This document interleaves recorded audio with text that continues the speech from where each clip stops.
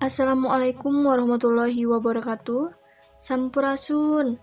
Dina danget ayeuna urang baris medar ngeunaan gaya kapangmimpinan Sunda. Ari ieu materi teh kaasup kana pangjembar basa anu aya dina bab hiji ngeunaan pedaran. Urang lajeng wae. Ngeunaan tipe jeung gaya kapamimpinan Sunda kapanggih dina naskah kuno Sanghyang Siksa Kandang Karesian. Ieu naskah kuna asli ditinggal karuhun Sunda tahun 1518 Masehi. Ieu naskah ditulis make aksara jeung basa Sunda kuna.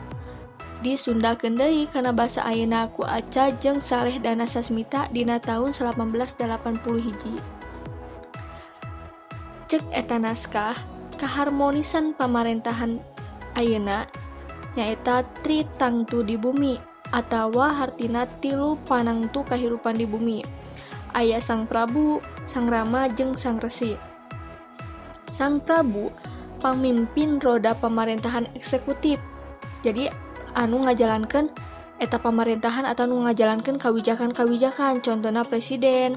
Lamun di kampus aya pupuhu BEM, lamun di sekolah aya ketua OSIS, ketua pramuka, ketua PMR, eta kalebet karena Sang Prabu. Lamun Sang Rama, golongan masyarakat nu dipikolot minangka wawakil rahayat atau legislatif, contohna MPR, DPR, DPD, kaasup kana pamimpin kulawarga jeung masyarakat. Lamun di sekolah mah aya nu namina MPK, eta kan wawakil unggal kelas. Terus anu salajengna anu pamungkas nyaeta aya Sang Resi. Ari Sang Resi mah nyaeta golongan masyarakat anu pancena ngaberdayakeun hukum atanapi yudikatif, contohna MA, MK. Terus dina naskah Sanghyang Siksa Kandang Karesian teh aya palanggeran. Palanggeran teh nyaeta tuduh laku tata krama pikeun jadi pamimpin di masyarakat zaman harita. Sok sanajan kitu, eta palanggeran teh tetep gede gunana dijadikeun palanggeran ku urang Sunda nu jadi pamimpin dina zaman ayeuna. Eta palanggeran teh disebutna parigeuing. Tah didinya aya parigeuingnya. Tah pikeun bisa ngalaksanakeun parigeuing, carana kudu ngalaksanakeun heula dasa pasanta. Tah didinya ku abdi tos disebatkeun dasa pasanta teh nyaeta 10 panentrem hate. Nyaeta aya guna, ramah, hook atau hookeun.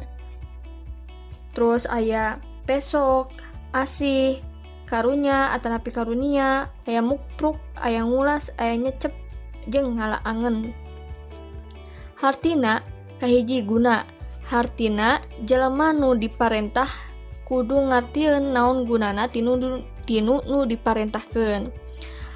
Nu kadua aya ramah. Hartina parentah kudu ditepikeun kalawan wajar, sopan, jeung amis budi. Aya hook atawa hookeun. Maksudna parentah teh karasana kudu nuduhkeun kabisa tur kapinteran anu mere parentah. Kaopat aya pesok, hartina kapikat hatena atawa reueus. Aya asih, nyaeta marentah teh kudu pinuh ku rasa kanya nya. Jadi ulah pamimpin Sunda mah asih, ramah, tentrem teh matak eta panentremkeun hate. Anu kagenep nyaeta karunya. Hartina parentah karaseunana saperti rasa kanyaa atawa rasa karunya, jeung oge mangrupa kurnia atawa kapercayaan kana kamampuh dirina. Terus nu katujuh aya mukpruk. Hartina kudu bisa ngalalemu, tapi ka ngarasa yen digawe teh lain kapaksa tapi geus jadi tugasna. Ya, jadi kudu mukpruk ari gawe pamimpin mah tanpa balas jasa hayang, misalkan hayang loba duit jeung sajabana, tapi kudu ikhlas. Dalapan aya ngulas. Hartina ngajen, tegasna kudu bisa ngosongkeun komentar kana pagawean bawahan ku cara surti tur lantip. Jadi kudu bisa nganilai ari jadi pamimpin mah kudu tiasa ngajen atawa ngulas. Terus nu kasalapan aya nyecep. Hartina bisa niiskeun pikir nu diparentahna, sangkan geunaheun pikirna, carana nyecep bisa ku omongan anu sopan boh ku cara barang bere ku materi. Anu pamungkas nyaeta nu ka-10 aya ngalaangen. Hartina bisa narik simpati bawahan, carana ku ngantengkeun silaturahmi nu wajar sangkan timbul rasa satia atawa loyal ka pamimpinna. Eta ngalaangeun. Tah, jadi kapamimpinan Tritang tu di bumi teh mimiti ayana dicetusna dina naskah Sang Hyang Siksa Karesian. Terus dina naskah Sang Hyang Siksa Karesian teh aya nu namina Palanggeran. Ari Palanggeran teh sok disebut parigeuing dina naskah Sang Hyang Siksa Karesian mah. Tah, parigeuing teh tuduh laku tata krama pikeun jadi pamimpin di masyarakat zaman harita. Tapi samemeh bisa ngalaksanakeun parigeuing teh kudu bisa ngalaksanakeun heula dasa pasanta atawa 10 panentrem hate. Nyaeta anu guna ramah, hook, pesok, asih, karunya, mupruk, ngulas, nyecep, jeung ngalaangan. Tah, mung sakitu pedaran ngeunaan gaya kapamimpinan Sunda anu saestuna eta teh sajarah jeung kiwari mah gaya kapamimpinan Sunda teh masih kena dilaksanakeun.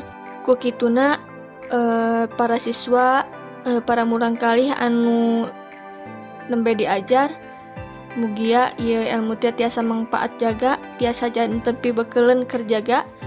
Hatur nuhun kana perhatosanana. Wassalamualaikum warahmatullahi wabarakatuh. Sampurasun.